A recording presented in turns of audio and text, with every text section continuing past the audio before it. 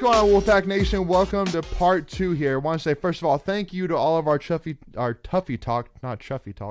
Talk channel members for, again, being part, really helping support us. Again, even though it's only $1.99 per month, it really does go a long way in helping us, again, not be rich, not even really make a profit off it, but just, so that way we can do it without having to, to limit our expenses, really. So again, really do want to say thank you so much for your support.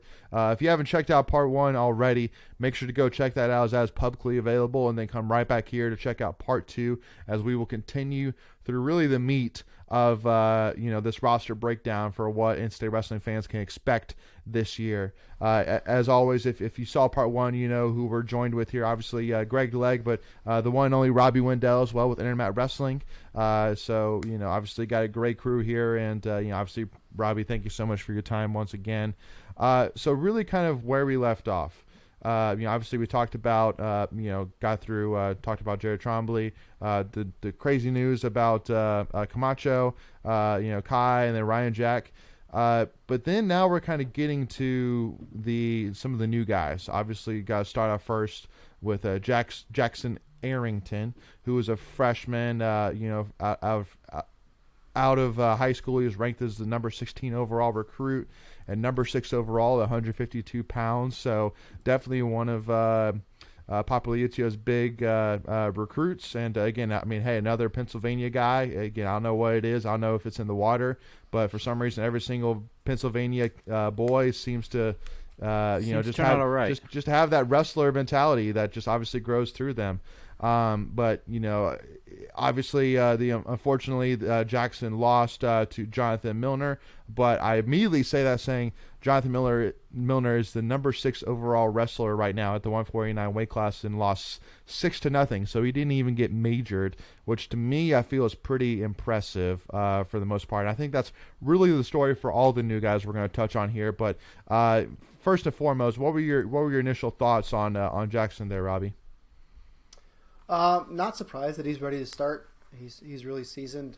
He came in this summer and really got after it.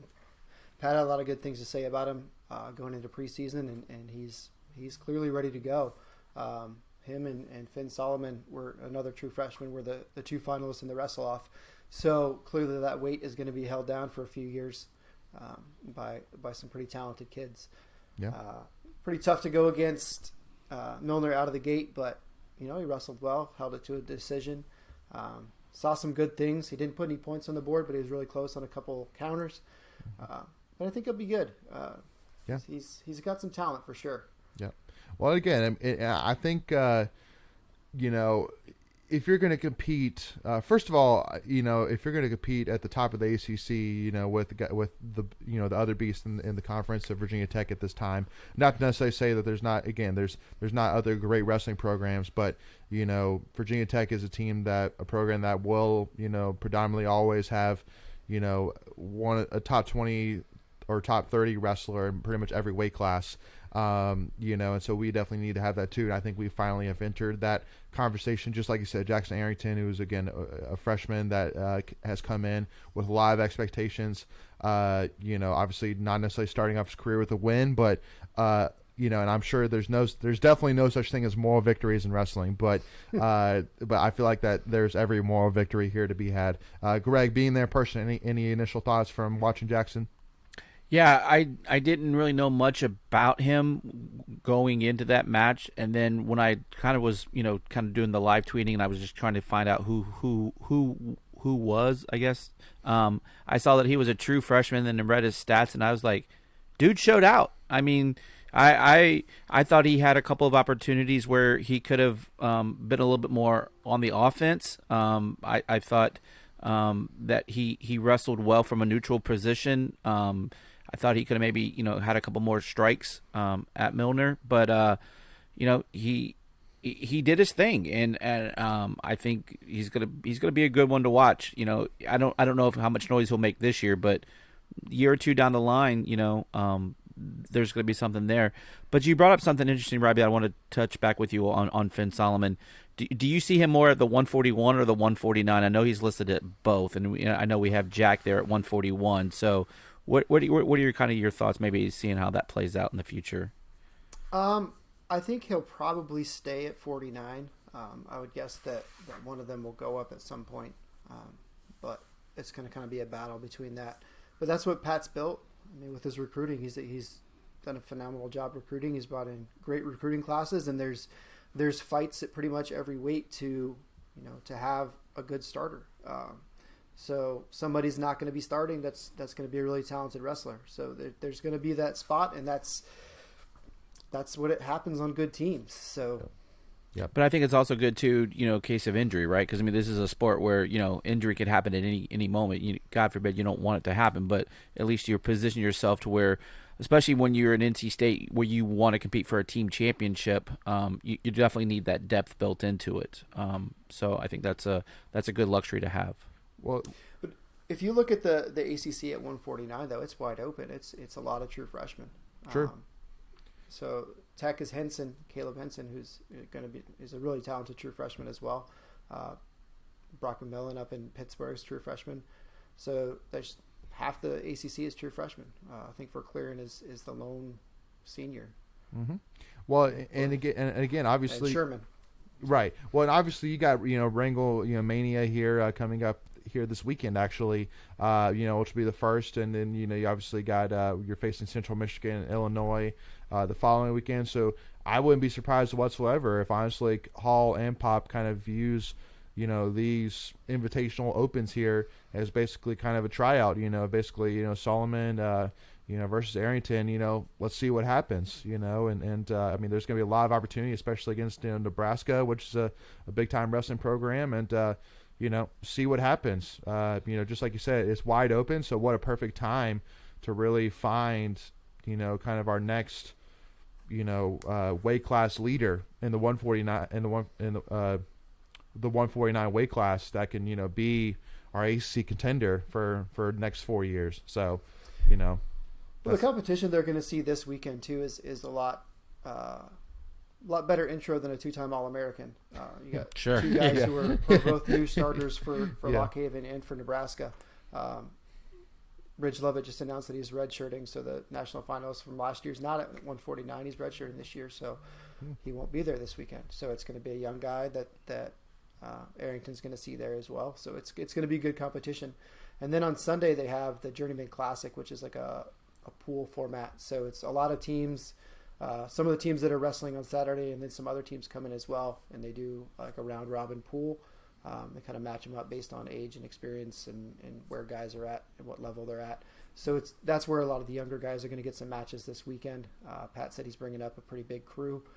They're all going to wrestle attached. So we'll see a lot of people going on Sunday that we won't necessarily see in the lineup on Saturday. And real quick, you mentioned that. What kind of TV exposure is there out there for this? Are they do you have to subscribe to something? The Wrangle Mania is on Rockfin. I believe the Collegiate Class or the Journeyman Classic is as well, but I'm not 100% sure about the Sunday event. But okay, no worries. If you go to the Journeyman Rockfin page, they are streaming the Wrangle Mania. Okay, gotcha. Good to know. Now, moving along here, so one guy I think definitely needs no introduction is Mr. Ed Scott himself. Another guy that has been absolutely impressive for sure. Definitely going to be a national contender for at least the next 3 years if everything stays healthy and stays well as it should. Obviously another guy that had some controversy last year, and the fact it seems like it gets called often. Basically, for those that aren't sure what I'm talking about, in the NCAA tournament last year, it was the blood matches, right? Blood round. So basically, you win, you get All-American status, and I don't remember who he was going against, but just all I remember still to this day is him basically getting taken down, and basically it was basically a roll. And during the roll, the ref called it a pin, but I mean it was clearly a roll, and obviously Ed Scott and Papolizia both went crazy. But as we all have learned with Ryan Jack with Iowa, and then Ed Scott with this, and then with Tariq Wilson 2 years ago getting pinned in the NCAA tournament as well, that unfortunately you cannot review a pin. We have learned that, unfortunately. And so, in my eyes, All-American for sure. I mean, the fact that he only lost one match all season until the NCAAs, and the one was basically that he lost was a fluke just because of the fact that he just went too hard too quickly. He went too hard, yeah. And then Coach Hall just admitted that he just made a freshman mistake, went too hard, and just lost all his energy and just got taken advantage of from there. So, I mean, to me, All-American, ACC champion, NCAA qualifier. And obviously starting off the year with a heck of a bang, going 14-5, major decision over number 24 wrestler in the country, Cody Bond. What's your thoughts on Ed Scott and Robbie, and where do you see Ed Scott potentially in the names of some of the NC State greats that we've put together there recently? Because I think the sky's the limit for Ed Scott, honestly. Yeah, Ed's talented. I think first off, the call at the NCAA's was atrocious. I had a notebook full of bad calls. That was right up there with it. The Aiello lack of back points was right up there against Maxine. Mm-hmm. The upside, though, is that Ed's going to see him on Saturday, because that was Peyton Robb from Nebraska that beat him in the blood round, and that's who he's going to see on Saturday. So he's got a little shot at redemption on Saturday. Right, so definitely tune in for Rockfin now. Definitely tune in for Rockfin. Dude, that's awesome. But no, he's. I think you're right. The sky's the limit for Ed. Headlock. I think what we're seeing is that the big move potential there is always there. He's very explosive, can score points in bunches. I think the biggest thing with him is going to be learning patience and when to throw those attacks and not necessarily going full bore all the time. But he already does a good job with that. It's just there's times that he's going to need to be able to kind of idle down and control that pace rather than going full out of the shotgun the whole time. Mm-hmm. Yep. So obviously, Greg, I know you were there in person. Anything to add about Ed, or do Robbie kind of wrap it up nicely? Talking about Ed. I mean, Ed is like he's a Tasmanian devil kind of guy. Like the way he attacks, I think it was his match where he just power drove the Cody Bond. I mean, he was dropping him like it was hot, and he wasn't getting any extra points because he was riding them. But it looked awesome. Like, I was like, you should get style points for some of that. I know that's not a thing in wrestling, but I mean, he was imposing his will throughout that whole match. It was fortunate for Cody. It was only a major decision. Like, he didn't get just completely destroyed. True. But anyway, yeah, I think Ed is an amazing wrestler. I remember. The one moment I remember from the ACCs was when he got that pin and his mom almost fainted up in the stands, and everyone all those state fans were like, "What's going on?" There was a commotion, and she was elated, to say the least. So yeah, he's amazing. Yeah, that was a weird moment at the ACC championships of so much excitement. It's like, what's going on? And then finding out what's going on, I was like, oh my gosh, she okay? And then anyway, so now moving on to we'll kind of pair these two guys together as again they're kind of in the same boat of Don Cates and Brock Del Signor, if I'm saying that correctly, Del Signor. So Brock's at 74, Donald's at 65. They're both getting their first shots at starting. Yep. But because the reason why I kind of put them both in the same boat is, first of all, again, obviously first-time starters, but also too as well, I think that they're both. So obviously Brock, faced a unranked Will Miller, beat him 12-8 decision, and then Don faced a number 14 wrestler in the country, and Will Formato, and lost in overtime 3-2. So on a controversial stall. Yeah. So I kind of put them both in the same boat where obviously. They both made a statement in their own ways, there on Friday night. But Robbie, first of all, I think every single wrestling media member in the country has something to say about stall calls, and obviously that is one reason why a lot of people are saying we need to figure out what the heck we're doing with stall calls, because. Unfortunately, and I'll say this for everybody, which I'm assuming if you're watching this, you're probably a pretty big wrestling follower, but if you're not, most all of wrestling calls are absolutely up to you. There's no black and white Judgmental. to it. It's 100% judgmental. It's up to the ref what they want to call. Yeah. And stall is the absolute biggest discretion. There is no, like, if you see this, it's a stall. If you don't see this, it's not a stall. Like, there is none of that. It is just, I mean, Robbie, give us your thoughts on the stall. I mean, I don't know what more to say. There's nothing there whatsoever. There's no guidance. All right, so you're going to be upset. I don't think it was a bad call.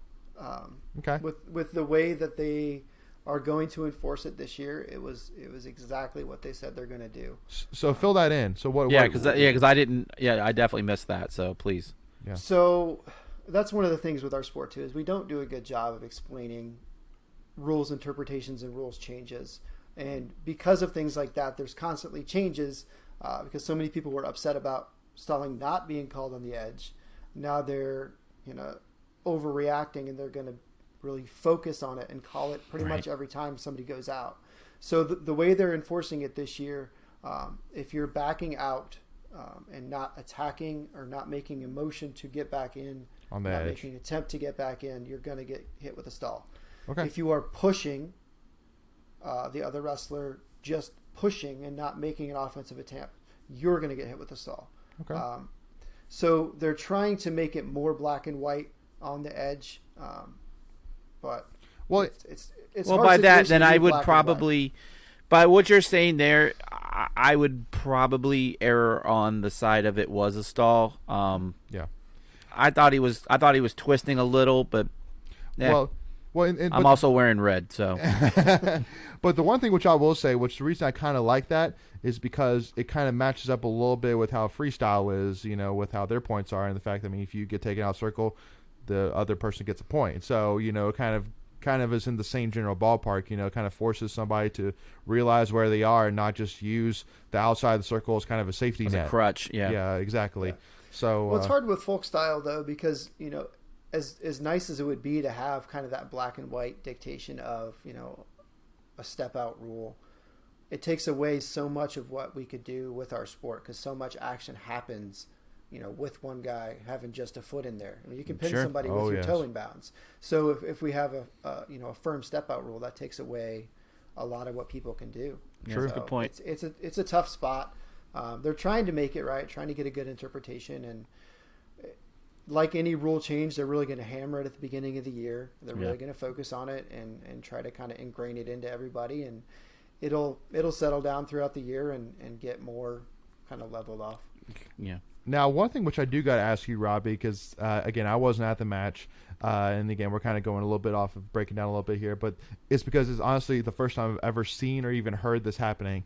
But apparently there was a call that was called, the refs discussed, they reversed it, and then they video reviewed it, and they reversed it back. And so the point being is that I've never seen refs review and actually reverse a call, and at least to me, I feel like that's pretty rare that a call is reviewed and then reversed. For the most part, for 95% of calls I've ever seen, if not 99, it's always been pretty much stand, as called on the mat. So, I mean, what were your thoughts, first of all, on seeing a double reverse, but even too as well, just, I mean, is reverses really that rare, or am I just kind of being a little bit over dramatic on that? And then, Robbie, before you answer that, I think it's because, and correct me if I'm wrong, they changed what one coach challenged this part of it, and then they reversed, and then the other challenged another technicality of that same play. Is that what happened? I think. Kind of. So it was a takedown on the edge that they reviewed. An App State. It was in Kai's match, wasn't it? Yeah. Yeah. So they challenged, or were going to challenge, that they had a takedown inbounds because Kai touched his hand down, which would give him control. So he's a down opponent. He's not neutral anymore if he's got his hand down. So if he's behind him with control with his hand down, it's a takedown.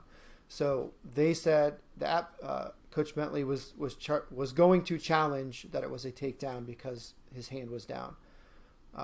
He threw the brick. The refs came together. The assistant ref said that he had the takedown. Through their discussion, they changed the call from a no takedown to a takedown.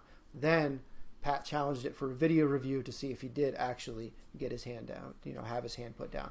So it was kind of a weird situation just because of the way it played out, but not a weird call to be challenged. The reviews, it's hit and miss, just like any review. If you're not doing it in the booth with somebody who's not on the mat, it's not going to be as effective. I felt for the most part it was pretty effective at NCAA's with a couple exceptions, and that was some of those were rule interpretations more so than they were actual issues on the mat. Interesting. But when the refs are reviewing their own challenges, it's I'd say probably 75-25 not getting changed. Yeah, I mean, why would you overrule yourself? Yeah, exactly. Unless it's egregious. If you're a good official, you're going to recognize that you missed something. And that's, I think we do have a lot of good officials. We have some who are a little more not as good. Yeah. Before we continue, we want to take a quick second to tell you about our sponsor, Flatlands Jessup Insurance Group, that has your whole world covered, with agents in 5 offices throughout eastern North Carolina to help you decide how much coverage you need. Offering policies for home and auto, recreational vehicles, commercial, crop, health, life, and employee benefits. They are able to combine options to find a comprehensive solution that works for you. Flatlands Jessup protects the things you love so you can spend less time worrying and more time enjoying them. Find them on Facebook and Instagram at Flatlands Jessup. You can also visit their webpage at www.flatlandsjessup.com. So please make sure to go and check them out. Yeah, I mean, there's certainly room for improvement for a few guys. I think we have a few really good officials in the ACC. I think we have a couple who aren't as good as they think they are. I think you could probably pick out the one I'm talking about pretty easily. And Robbie, keep in mind too. Again, this is for channel members only. This episode ain't going public, so you can say to our channel members that so and so sucks, and that's okay. So he's not a good singer either, but he's got albums out. So if that helps at all. Nice. Okay. I like it. So cool. Yeah. So just to kind of wrap up again, I know we got a couple more here to touch on here before we wrap up here, but obviously with Don Cates and again Brock Del Signore for sure. Again, I mean, I think both two young wrestlers that again we'll learn a lot more here. I think Cates is going to be good. Yeah, I think Cates is going to be the real deal for sure. But to me, it's still like. The potential is there. Now let's see what really happens here in these next 2 months here heading up to ACCs. Would you kind of agree with that, Robbie, or did you kind of see anything from either of those that kind of you see more potential there and we're even highlighting on here? I was impressed with Brock. I know that him and Maddie Singleton were kind of going back and forth of in the room of who's going to be in the starting spot, and we might see Maddie get some time in the lineup as well. Brock did beat him, I think, like 7-4 at the wrestle-off, so it wasn't super close, but they both scored. But I think we'll see Maddie in somewhere in the lineup to get him some experience and see how he fares. I was impressed by Brock. I thought I wasn't sure what to expect from him, but I thought he wrestled well. And I didn't know what to expect from Don either. He had moments that were really good. I think he didn't attack very much. I was going to say the same exact thing. It's tough with Formato though, because he's a really good defensive wrestler, and Bullard had a hard time with him too. I think he lost 2 or 3 in a row to him. So he's a really good defensive wrestler. He's very difficult to score on and can score off of your attack really well. And I don't know if Don was slowed down by that or what it was, but I think he's a pretty dynamic guy, and if he's attacking, he's going to put points up, but I don't think he attacked that much. Yep, I agree. So again, definitely excited to see, and again, just like we said, I think the great thing and the reason I scream out to all NC State fans is that if you're not following, because one insight I do want to give is that we have a video that we're going to be coming out with in the next couple of weeks where we did some NC State trivia, and I will say that one of the questions I had. And it's basically, and I'll give a little bit of insight for the channel members here. Basically, we did a video thing where we went around to people asking trivia, and if they got the answer right, we would give them $1. And so we have $1. So if you get it right, we'll get you $1. And one question I asked a few times is, can you name me an NC State wrestling national champion? Any one of them. And nobody could give me one. Again, I've asked 3 people, just picked randomly, and none of them could give me, any NC State wrestling national champion ever.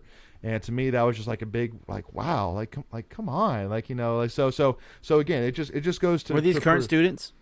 No. Or just fans? Just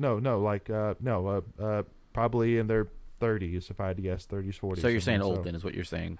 No, just not. You said students, so I just said nope, not students. No. I just was curious to who you were pulling. That's all. But I mean, guys that I feel like should know. But I mean, so it just goes to prove that again, that as much following as NC State has grown from Wolfpack Nation over the years, that there's still a lot more tap potential easily. Yep. And I mean, again, because NC State every single year is going to compete nationally. They're going to compete in the ACCs. They're going to be, a top 10 team probably every single year for the most part, unless we just have an off year or lose a lot. So again, just got to continue to get more and more people involved. And and it really goes to a guy that I feel is probably the definition of must watch wrestling in all of college wrestling, and that is the one that only raised the roof, air guitar himself, Trent Hidlay, the beast. And again, I think he's the guy that I love to watch. Like there's no doubt that him and Hayden, I think you can make an argument are two of the most entertaining wrestlers to watch for different reasons, and the fact that Trent obviously has his post match antics and thrown into it as well. But again, and I know we talked a little bit beforehand about how before the recording about how Trent was dealing with some illnesses, which definitely made an impact at NCAA's last year, combined with the fact that he probably should have gotten the number 1 overall seed, which would have helped him a little bit as well. But kind of Robbie, give us your thoughts on Trent. Obviously, the talent is there, no doubt about it. But what are your kind of thoughts in terms of the potential of him finally getting that national championship that the Hidlay brothers, both of them, have been earning for a long time? I mean, he's right there. He's you can't get much closer to a national championship and not have one. I agree. He's definitely right on that edge, and I think he can make the jump. I mean, he's going to have. It's not going to be an easy road to go. But I think he can do it. I think he'll have one by the time he leaves Raleigh, and we've got a couple more years with him. So I think it's certainly possible. I mean, he's going, a 1-point match with the guy who's won the last 2 national championships, lost last year in sudden victory, and he wasn't at 100%. So I mean, he's there.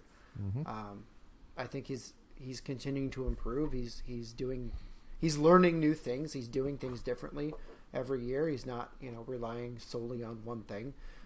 He's evolving. So I don't see any reason he can't beat Brooks. I don't see any reason he can't beat Kekison. I think he can do it. I think he will. I don't know if it's going to be this year or next year, but I think he can do it. Yeah. And Greg, any additional thoughts on that as well?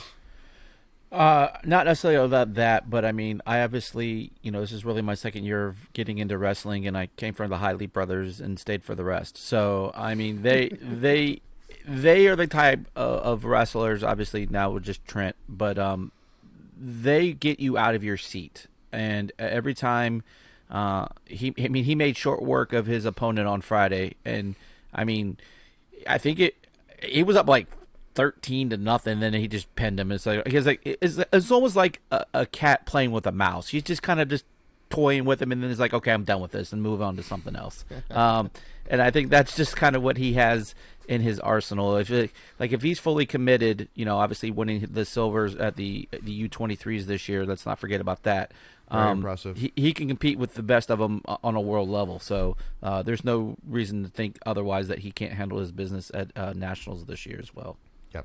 So we completely agree with you on that. And again, it's the beautiful thing, just like Robbie mentioned, is he's only a redshirt junior. Yeah. So he's got this year and next year. So I completely agree that it's just a matter of time. And I think that whenever he does win the national championship, that there will be a picture of Hayden being the first to run to Trent, and them both probably bawling their eyes out together, and that is going to be a picture that will live forever in infamy in NC State minds forever, guaranteed. And it'll be on my wall for sure, is that Hayden deserved it, Trent deserves it, and so that'll be for the both of them. It's going to be awesome. I can't wait for it.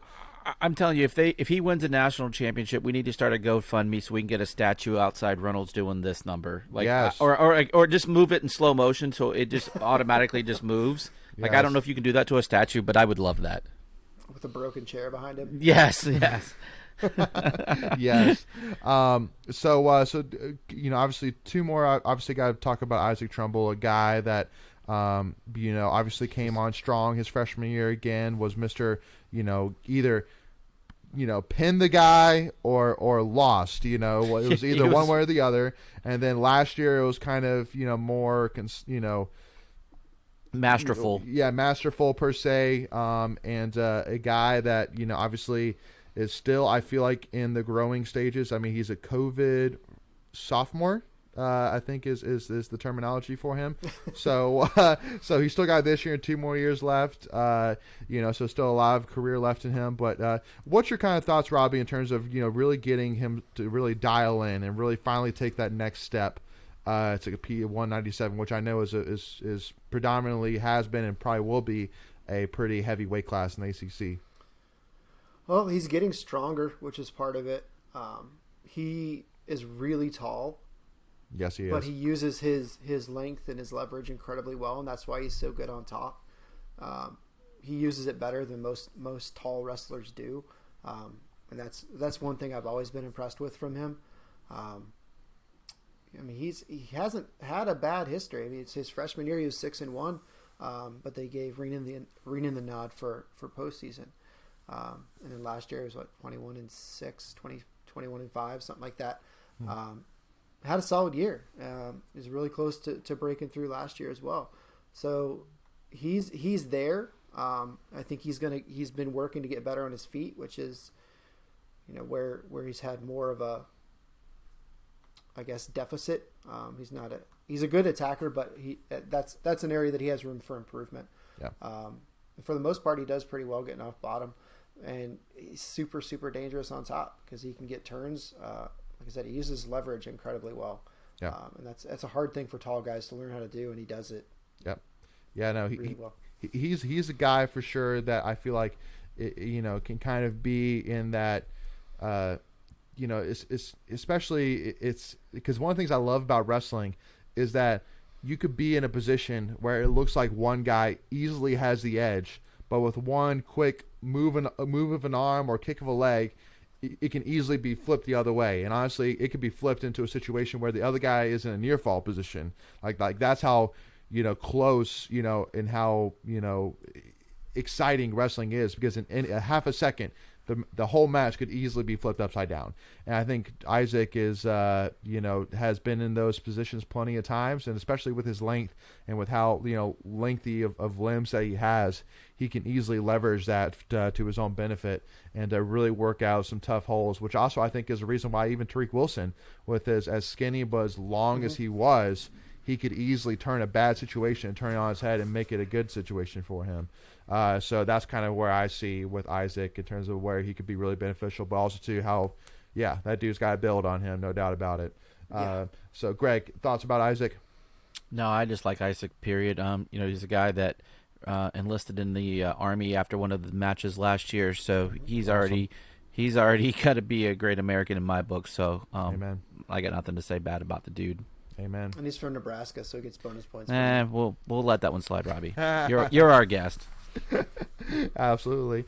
So now kind of wrapping it up with the weight class, I think has been the biggest anomaly. It's been the biggest weird situation, obviously, because I think that we all can agree that I feel like that in order to be one of those top contenders, you need to have a title contender at the 285, spot, just with how deep. I mean, last year 285 was so freaking deep. I mean, obviously, and also too, it just goes to how dominant Gable Stevenson was, which, I don't think we need to really spend too much time in saying that, because I think there was actually a poll put out there of like who was the most dominant wrestler that you've seen in recent times, and they had like Nick Snyder of OSU, Gable, and a couple others, and I was like, oh, Gable, it's not even close. I mean, that dude made a class that probably was one of the most deepest classes last year, and made it look like there was nobody even in the same ballpark as him, basically. And so it was basically just who gets to lose to him in the national championship. That was pretty much what was going to happen. Yeah, everybody was playing for second. Everybody was playing for second. But Kyle was dominant when he was at Ohio State, but Kyle Snyder, yeah. Gabe was a freak. Yeah, no, Gabe was a freak. There's no other way to say it. He's an anomaly. He's something. Yeah. So now, I mean, so basically, kind of, my thoughts. Obviously, we had Nick Wisdowski, who again was our two-time national champion. One of the greatest recent heavyweights, of the modern era of NCAA wrestling. And then ever since then, it just seems like we have guys that are competitive. We've had a couple of guys that have won ACC championships, but just haven't really taken that next step in terms of competing on the national level. And I think over the last 2 years, we kind of had that with Owen Trefon and Tyree Houghton. Two guys that have been that have had moments of light, but then just to me haven't really been shown any kind of next level of dominance yet. Go ahead, Greg. Well, the one thing for me is neither of them have separated themselves from the other, right? So like not one person has taken the reins and just ran with it. True. Because they both split time last year, and then Owen this year got the first nod. And I guess, Robbie, my question is, do you see that continuing? Is that going to be a continuing trend for this year, or do you think someone's going to just finally take it and go, this is my weight class? Take a seat there, young buck. We certainly haven't seen any indication that's going to happen. Right. Yeah. My understanding is it's not particularly close in the room, but when they're actually getting out of competition, they're both, pretty successful about at the same level. Beating the same type of guys, same type of tier. And neither one have really broken through completely. Now I will say Owen's got the man bun now, so I think maybe that'll get him up to the next level. I mean, for me, it's almost like one of those like pitching things, right? Like this guy does better against lefties, this guy does it better against righties, and I think maybe that's what you're just going to see is if they match up better against this guy, that's the one that gets the nod. I just feel like that's the direction where we're headed, and it's mind-boggling. It's like just someone take it and run with it. Like let's go. Well, especially too, because my point too is that one's a senior, one's a sophomore. So to me, it's like, listen, I mean, if they're both even, go with the guy that still has a few years ahead of him. You know what I mean? That already has, that already made it to the ACC championship match last year. And competed. So it's like, just ride with him and let's develop him. Let's give him some experience and just see what happens. Not necessarily any knock on Tyree. I think he could easily be a starter on 90% of wrestling programs nationally, but just. Again, if we have aspirations of finishing in the top 5, at nationals, we got to have somebody that can compete. Win a match or two, at the 285 weight class. And I think right now, you could make an argument that Owen, has shown it, but we'll see. Again, luck enough. Again, same thing as we've said before. You got some opens, you got some invitationals to see if one of them could step out, but in Pop we trust. That's pretty much all I got back to on that. So, but anyway, y'all. Well, again, obviously, want to say thank you so much again, Robbie, for joining us. Really do appreciate you joining us and breaking this down. Kind of gives NC State fans and even me and Greg too a little bit of insight in terms of what we can expect here from NC State wrestling, which I think should be another exciting year. And obviously it'll be crazy to see Hayden and Kevin Jack on the side as coaches. So which I think I love to see that with Pop. And definitely I'm sure we'll definitely see you at many NC State matches this year, and we look forward to it. All right. Well, I appreciate you having me on. Yeah, absolutely. Well, again, if you haven't already, Wolfpack Nation, make sure again to go check out Robbie, with Intermat Wrestling and check out all of his stuff. Again, he does it all for them, but just make sure to check them out. And also too, if you haven't already as well, make sure again to check out Rock Fins. Again, we got that Nebraska match that should be a lot of fun, and specifically Ed Scott. Big Rob. Yeah. Yep. So it should be an exciting match there. But again, and then obviously for us, if you haven't already, again, which I'm sure you have if you are a channel member, but just as a reminder, if you haven't already, again, hit that subscribe button, notification bell. Give this video a like if you don't mind, if you enjoyed this, and if you want more wrestling content, and also to give us a follow, Tuffy Talk Now, on Twitter and Instagram if you haven't already as well. But thank you all so much for joining us, and make sure to check out all of our other exclusive Tuffy Talk content. Thank you so much again, and go Pack.